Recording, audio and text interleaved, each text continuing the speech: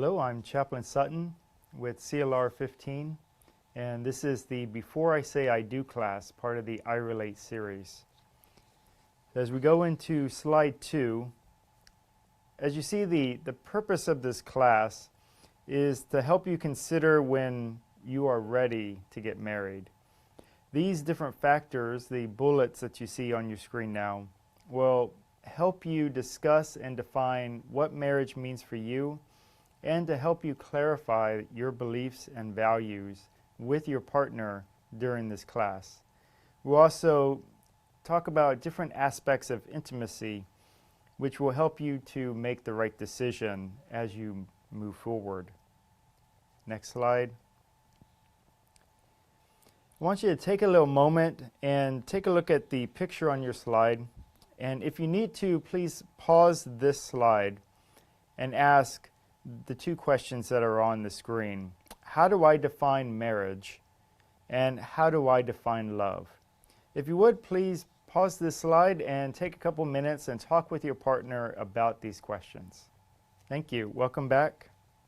The next slide that you see on your screen, these are the marriage rates for Marines and sailors aged 18 to 25, both in the Marine Corps and the Navy, as compared to their civilian counterparts. As you can see, for male Marines and sailors, the marriage rate is quite a bit higher than their civilian counterparts. For male Marines, the marriage rate is about 483% higher than their civilian peers. For the Navy, it's about 4 times higher, about 417%. Next slide. On this slide, you can see the marriage rates for women, both in the Navy and Marine Corps. As you see, the marriage rates are quite a bit higher for female Marines and sailors than for their male counterparts, and significantly higher than their civilian counterparts. Marriage rates for female Marines is 5 times higher than their civilian counterparts at 478%. And for Navy females, it is 3 times higher, or 327% higher than their civilian peers. Now I want you to think about these last 2 slides and discuss amongst yourselves, is this good? Is this bad? And why do you think it is? Please pause the slide and discuss these questions now. As you see on the next slide, these are the divorce rates for service members, men who are 18 to 25, as compared to their civilian counterparts. As you can see, the divorce rate for men E5 and below is about 23% higher than their civilian counterparts. And for the Navy, it is about 50% higher than their civilian counterparts. Next slide.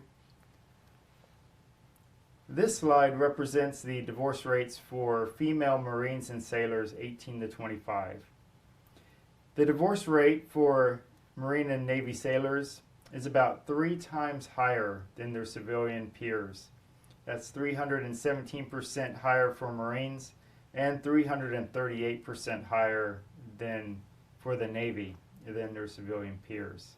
If you could pause this slide and take a few moments to discuss, why do you think the divorce rate is higher for female Marines and sailors versus their male counterparts? What contributing factors might be at play in why they divorce at a slightly higher rate than their male peers? Next slide. On this slide, we see the predictors of marriage failure. And as you can see, these different factors for why marriages fail, particularly in the military. One of the biggest contributing factors is getting married before your 25th birthday. And the reason this is a particular risk factor is we know from scientific research that the prefrontal cortex is not fully developed until after 25 for both men and women. So therefore, without a fully functioning prefrontal cortex, the behaviors of individuals are based more off of emotion than they are logic. The only way to develop prefrontal cortex is actually through experience and actually using it. I mean, the ability to assess risky situations, to determine whether there be any long-term benefit, is a byproduct of having a fully formed prefrontal cortex. So let me ask you, does it seem logical that the more risk factors that apply to you, the more at risk you are at getting divorced? Next slide. On this slide, we see the impact of divorce. As you see from the first bullet, a divorce is the second most stressful event in someone's life. This is second only to the first most stressful event, which is the death of one's spouse. From the second bullet point, it makes Marines and sailors particularly vulnerable to suicide. From the third point, it can cause health problems and it can increase substance abuse. And from the third point, it can negatively impact your finances. Getting a divorce is not cheap. And the last bullet point, 73% of enlisted Marines stated that divorce was either painful or very painful. And that is the reason why we are instructing you in this way today, in order to avoid this pain in which 73% of your peers have experienced through divorce. Next slide. The big myth that we want to address in this slide is that attraction and passion alone can ensure a successful and long marriage. This is a myth. On the next slide, this is the reality, that a successful long-term marriage does not happen accidentally. It takes work. There is more long-term love than attraction and passion in marriages that last throughout the years. On this next slide, are you ready to get married? Now, let us explore whether you are ready to get married by looking at marriage from a different perspective. Next slide. Marriage is much like owning a car. On this slide, you see both a Honda Accord and a Porsche 911. Which one do you believe is the better for marriage? Is it the Honda, which is reliable, has plenty of room for a family, gets good gas mileage? Or is it the Porsche, which is costly, which requires maintenance, and has a higher sticker price? As you see, the actual cost of a marriage is much like owning a Porsche 911. It is costly. It takes maintenance. You need to maintain your vehicle in order to keep it running optimally throughout the years. Your marriage is like a performance vehicle. You must keep up with it, maintain it, so it will keep serving you longer in the long term. And after a long life of service, say 35 years, which one of these two vehicles do you believe will be more valuable? A 35-year-old Honda Accord or a 35-year-old well-maintained Porsche 911? Next slide. Well, let's look at marriage like tending a garden. How often do you need to tend a garden? Do you simply throw seeds into the soil and let them grow as they will? Or do you go out there and maintain good soil? You put nutrients into the soil in order to produce a bountiful crop. How much water and sunlight must be balanced for the particular types of plants in which you would like to grow? What about weeding? How often must you go around your garden and pick out the weeds that grow up amongst your vegetables and fruits? And what do you do for protection from the animals that might also like to eat the fruits and vegetables within your garden. As you see, having a marriage is much like tending a garden, where you must practice good discipline, walk around, maintaining, tending, and caring for the vegetables and the fruits that you have planted. Next slide. In the next few slides, let's look at 3 expressions of love that we have found in the Greek language. In our English language, we have one word for love. We can equally say, I love pizza, with the same inflection that we say, I love my spouse. Now, the American listener will know that one does not love a piece of food like they love their spouse, but the same word is used in both contexts. However, in the Greek language, they had multiple uses of multiple words that they used to express love. And those are on the screen: eros, storge, and philia. In the next few slides, let's explore these different types of love. Next slide.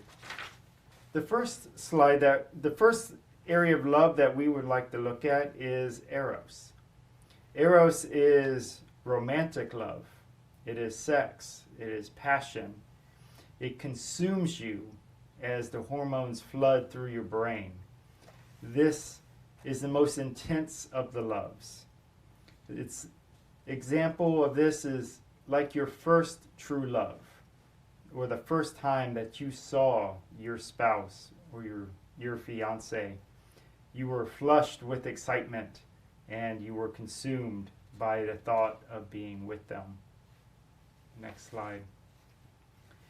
On this slide, let us chart out how eros, also known as a Hollywood marriage, acts through intensity and time. As you can see, as intensity increases, time does not increase all that much. It is very easy to get to 0 to 60 with eros within a week or two.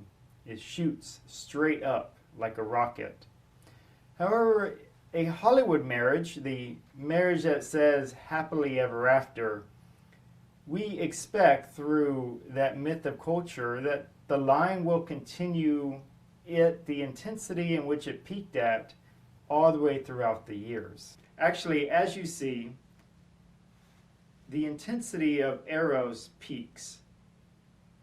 It peaks around 6 to 18 months of time, and then it rapidly descends in intensity all the way down to about 24 months. And as you can see with the blue commitment line, commitment also follows the same trajectory as the eros love. It shoots straight up, your commitment to your partner. And then as interest wanes and the chemicals leave, the commitment level also drops. And you hit this valley of reality where when commitment starts to wane and the love and intensity that you once had for each other also starts to fall, you fall into disillusionment. You can become distracted and perhaps looking for another partner. And if you are already married at this point, you start to consider divorce as an option. Next slide. On this slide, we'll explore storge, which is also familiar affection. These refer to the positive feelings that we have towards someone with whom we don't necessarily have much in common. For example, think about a roommate, if you've had one, or your relatives, aunts and uncles that are within your orbit, but not necessarily you are very close to or talk with every day. Next slide. On this slide, yet again, we'll chart out both eros and storge. As you can see, the eros lines goes up, it drops into the valley of reality, and then kind of putters up and down up to 20 years. Storge, you can see, is the green line. It kind of starts off a little bit slower than Eros, doesn't shoot straight up in intensity, and as you can see, kind of putters along as it moves up in intensity over the course of 20 years. And the blue line is commitment, which follows the Eros line as it goes. This is often what we call a ball and chain marriage. This is where the couple is committed to the relationship, but it doesn't often have the same intensity that it had at the beginning when Eros was in full play. For this type of marriage, it's kind of one that you drag along over the course of a life. And while you are affectionate and love each other, it doesn't have that same passion that it had at the beginning. Next slide.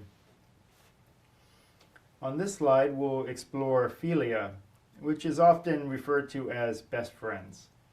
This is a non-sexual love, a love in which you hold the same values, interests, goals, and hobbies, and often where you can look at your spouse and say, you see the world about the same way that I do. For example, this would be your BFF. Or in married couples, when they say, I am married to my best friend, they are often explaining that they have a philia type of love with their spouse. Next slide. On this slide, we're going to chart out Eros. As you see the line, it rises and falls again in a familiar pattern. Storge, as the green line continues to move upwards. And philia, the purple line, as it starts off fairly intense, dips into a valley of reality, and then continues onward and upward in intensity over the years. And once again, the blue line is commitment, which rises quickly and drops, but continues in intensity on upward throughout the years. It's important to understand that a couple's commitment to the relationship is not driven by the presence or the absence of Eros, but by their commitment to one another.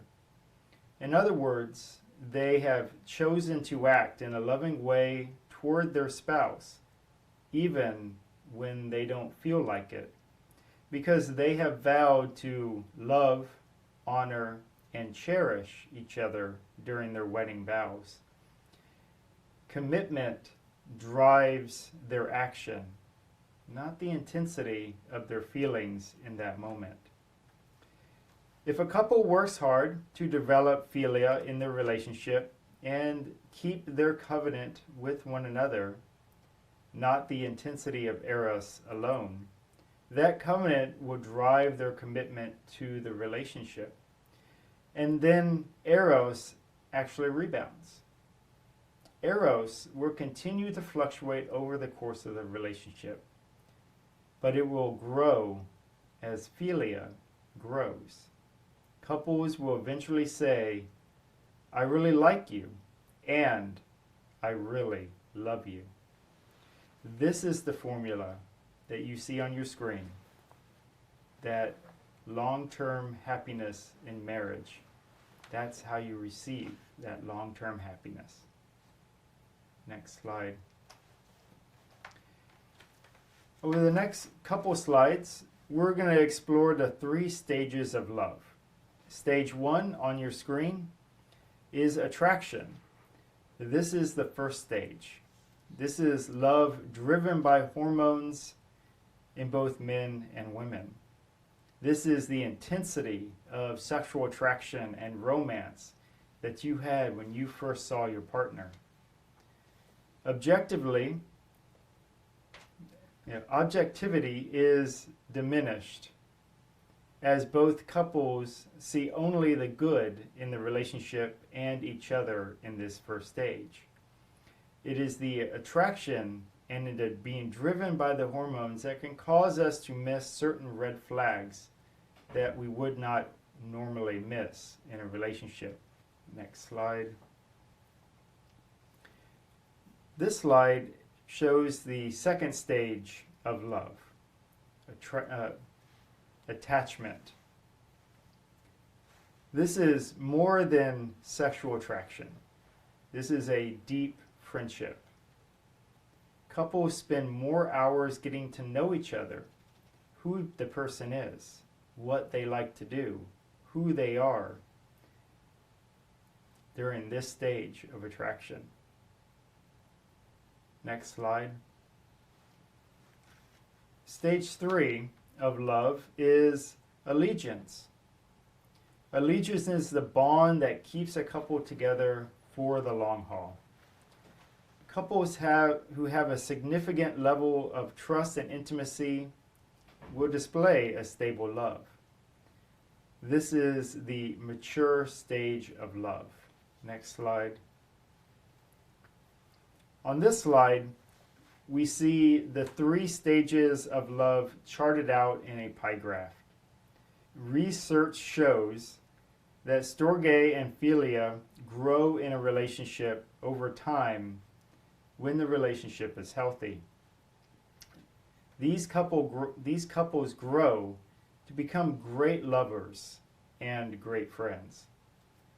If you would, pause the tape and take a moment to look and study these pie charts and discuss what they mean and where you think you are. Next slide.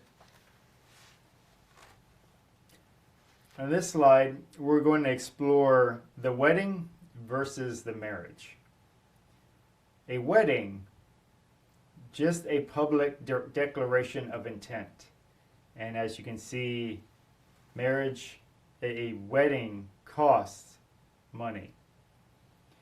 Technically, a wedding is nothing more than a legal ceremony that joins 2 people together. And it is expensive depending on the size and the scope of the wedding you wish to have. Next slide. As we continue this line of conversation, you see that a marriage requires a new perspective. Ask the question, what's in it for us? Instead of, what's in it for me? Selfishness has no place in a marriage. Next slide. This slide explores marriage as a covenant. You might ask, what is a covenant? The simple answer is the second point on your screen. It is a formal, solemn, and binding promise that cannot be broken. These are your marriage vows. Next slide. As you see, marriage as a covenant explores these 3 bullet points. The I promise to be true to you in good times and bad, sickness and health, that you promise to love, honor every day of your life. This is the promise in which you will make to your spouse on your wedding day. This is the promise you will keep every day of your marriage life. Next slide. On this slide, I promise to be true when. You promise to be true when you forget to take out the trash again and again and again. You promise to be true when you deploy for 7 to 10 months and you are alone. You promise to be true even when both of you gain weight. You promise to be true when you lose your hair. You promise to be true when you nag me for not putting away my clothes. You promise to be true even when you may not like your spouse in that particular time and moment. Next slide. On this slide, once again, we see Eros and the commitment line rise and fall. The Hollywood reality is displayed within this slide, where we see the valley of reality again, disillusionment, distraction, and divorce. This type of marriage, based solely on eros, lacks depth. It's based on eros alone, and when eros fades, so does the commitment. Next slide. On this slide, we again see the covenant marriage in which we have been exploring over the last few slides. Again, this is the objective that we are aiming for, a covenant marriage. A covenant made, keeping your vows, your promises. That's what drives the commitment in your marriage. And as you see on your screen, you can see the lines rise and fall, and again, rise with intensity over the years as commitment grows between you and your spouse. Okay, next slide.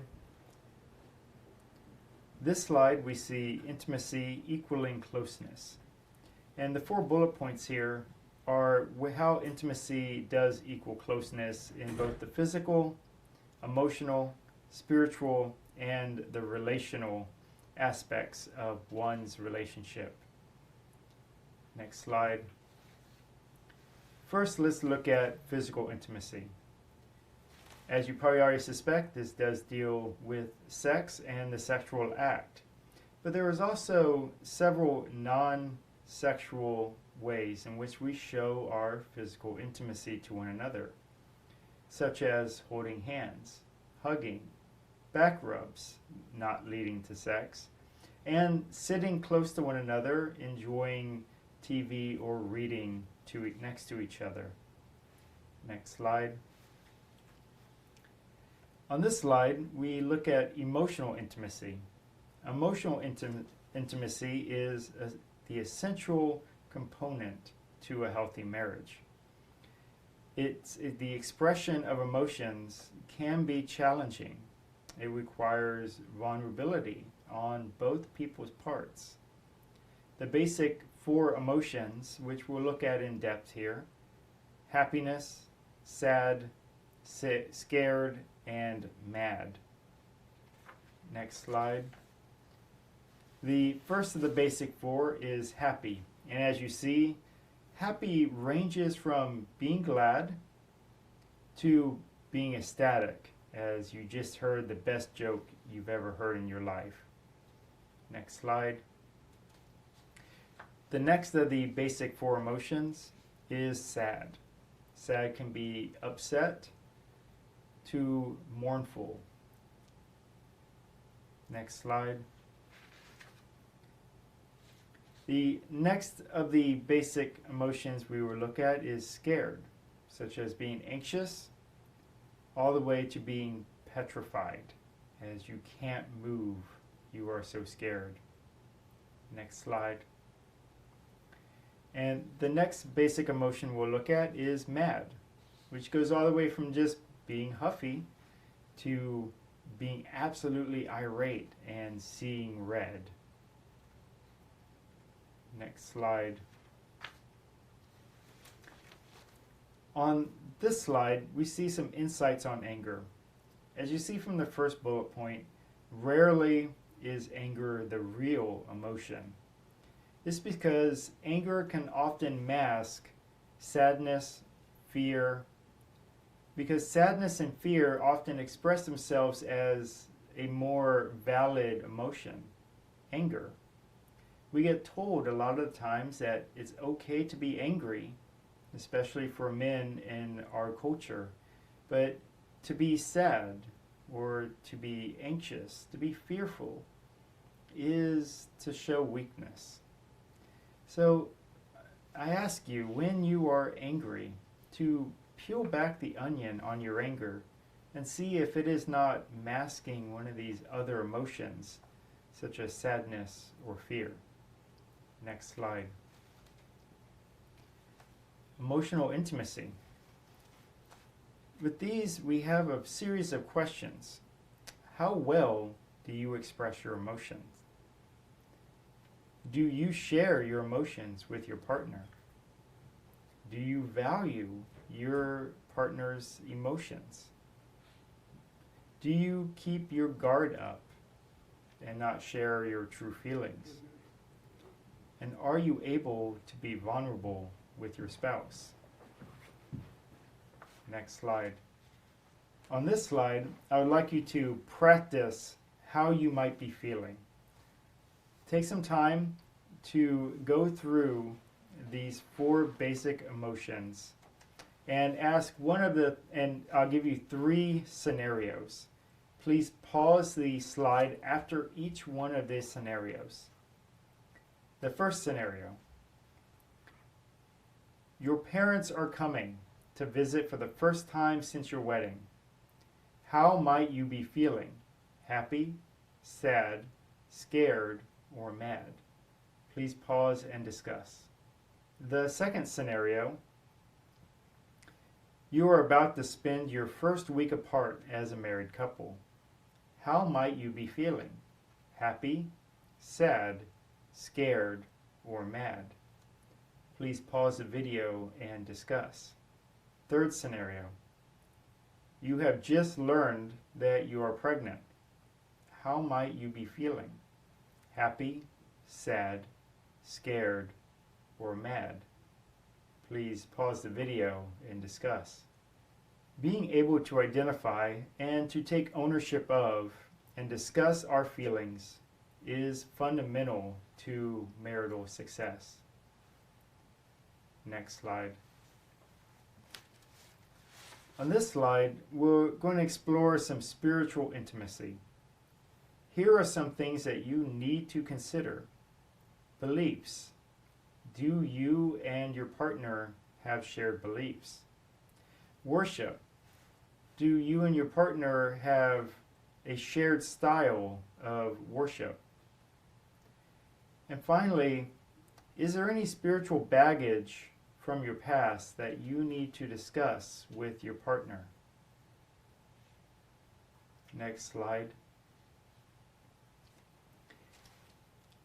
As we continue to consider spiritual intimacy, we need to ask, why is spiritual intimacy important? The reason is in these next bullet points. Different spiritual values can lead to tension in the relationship. Coming to an agreement on spiritual values is an important step toward enhancing intimacy in your relationship. This is particularly important when children come into the marriage. Next slide. On this slide, we'll look at some beliefs and values. So, do you share the same beliefs and values with your partner? Take some time and ask each other these questions on this slide. Do you believe in God? What is your position on alcohol? What is your position on pornography? What is your position on divorce, abortion? What are the roles of the husband? What are the roles of the wife? Please pause the video and take some time to answer these questions with yourselves. Next slide. On this slide, I'm going to ask you, what are your priorities? As you see, there are a list of 12 items on your screen. I would like you to pause the video, take 5 minutes, and both of you prioritize this list for yourself individually, from most favorable to least as it applies to you. When you have finished ranking these 12 items, compare them with your partners and discuss whatever commonalities or differences you might have. I want you to notice that this is an important area. When it comes to beliefs and values, the most compatible you are, the least likely you will have tension in your marriage. Please pause the video and work this exercise. Next slide. How did this exercise work for you? Compatibility in these areas will contribute to your success and in the long term of your marriage life. Next slide. Finally, let's look at relational intimacy. This can include friends, family, co-workers, your job, church, and yes, even the gym. When it comes to intimate relationships with your spouse, you need to consider, what will you do to have fun as a couple outside of the bedroom? Remember, you are also marrying each other's entire family, not just your fiance. Next slide.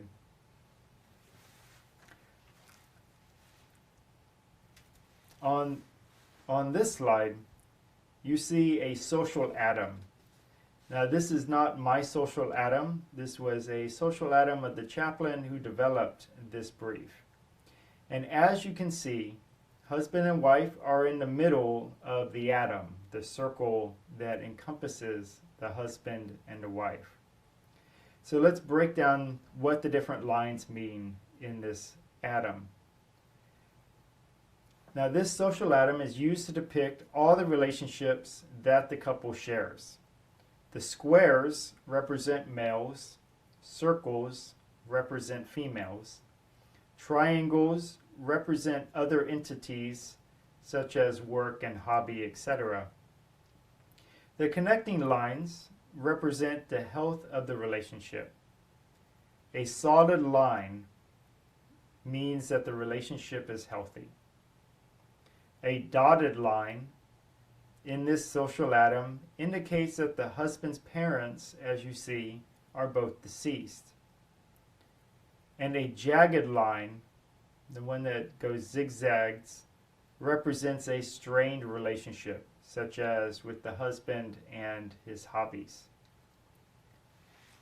Next slide. As you see in this social atom, what do you see in this example? How important is the work for the husband? How important is the wife's sister to her? Is this couple clear in their expression of God, church, or religion when it comes to their relationship? At this time, I would like you to do this following exercise with yourselves. Try to build your own social atom together as a couple. And you will need to talk about all the relationships that you have and share and decide how you are going to relate with each one of them. I'd like you to take about 10 to 15 minutes to work on this together. See what you learn about your relationship. Next slide. On the next few slides, we're going to talk about other things that you need to discuss with each other prior to getting married. On this slide, I would like you to pause the video and discuss the following questions. Whose money is it? Who will pay the bills? Will you have a written budget? Will you have separate or joint banking accounts? Have you argued over money in the past? If either of you are in debt, how much? And how much money do you have saved together? At this time, please pause the video and ask these questions amongst yourselves. Next slide. On this slide, we'll continue along the same lines. How will you balance time together along with other independent activities? What are you going to do for recreation, travel, hobbies, entertainment, or anything else that will bring y'all together with independent activities? Please take some time and discuss these with yourselves. Next slide. As we continue along this topic of conversation, the topic of children needs to be discussed. Do you want children? If so, how many and when do you want to start? Will you use birth control? And if so, what type are you going to use? How will you discipline your children? Will your children attend public or private school, or are you planning to homeschool them? Are there religious beliefs that needs to be considered when you raise your children together? Take some time now, pause the video, and discuss these important questions.